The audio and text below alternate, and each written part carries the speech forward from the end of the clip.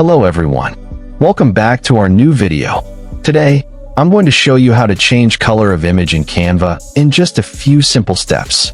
If you are searching to change photo color in Canva, you come to the right place. But before we jump into it, don't forget to like this video and subscribe for more helpful tutorials. I've also added some useful tools and apps in the description, so be sure to check them. Alright, let's get started. To change the color of an image in Canva, first of all, open the Canva app on your computer or go to the Canva website. Once you're on Canva, create a new design or open an existing one where you want to change the image color. Here, I'm going to change the color of this picture. Now, click on the image to select it. At the top of the screen, click on Edit. A new panel will appear on the left side with different editing options.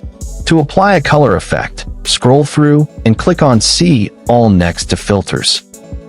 Now, you will see different filter options for your picture.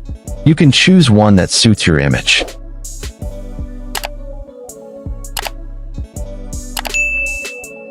If you are not satisfied with the filter color, you can also change the color by clicking on Adjust from the left side.